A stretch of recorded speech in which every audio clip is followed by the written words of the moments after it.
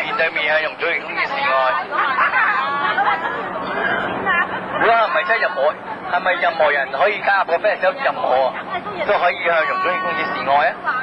係咪任何人都可以加入 fans club 向容祖兒公主示愛啊？係，因為永遠係咯，呢個只不過係一個方法，呢個係一個方法。我而家呢個公開宣告，我已經令到容祖兒公主知道咗我啦。呢個係其中一個方法。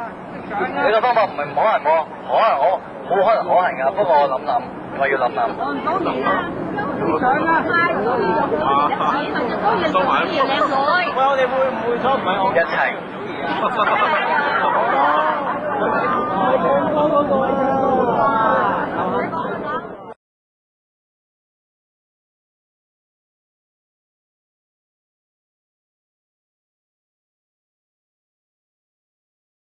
你講乜嘢話？你係咪中意樂壇嗰一個容祖兒啊？定係第二個？我係想希望問我有幾愛佢，我有幾愛容祖兒公主？呢個問題嘅答案好長啊！請聽我答晒先。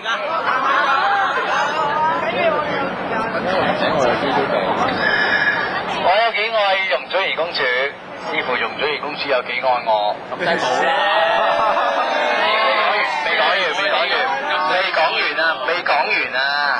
未講完啊！等我講完先。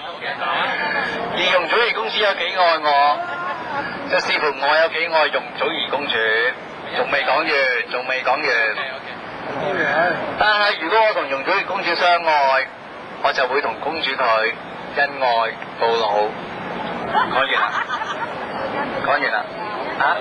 呢個夠膽笑，你知自己講緊咩啊？我憑乜嘢去憑咩話？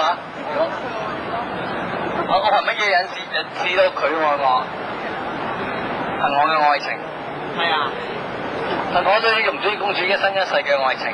你幾多歲啊？今年39歲。容祖兒28歲嘅喎。講笑啦，28歲。咁你咪住喺半山啊？你間屋我唔係住半山。住邊度啊？我住獅子山下。獅子山下樓山。不如你諗個辦法，即係可以認識佢啦。咁你有個男嘅啫，你咪住半山就攞出嚟㗎，係咪？唔係，我唔係住半山㗎。唔係住半山，你點有男嘅？你撐頂啊嘛！我咪青山我唔係住半山，未有能力地我想容祖兒公主咯。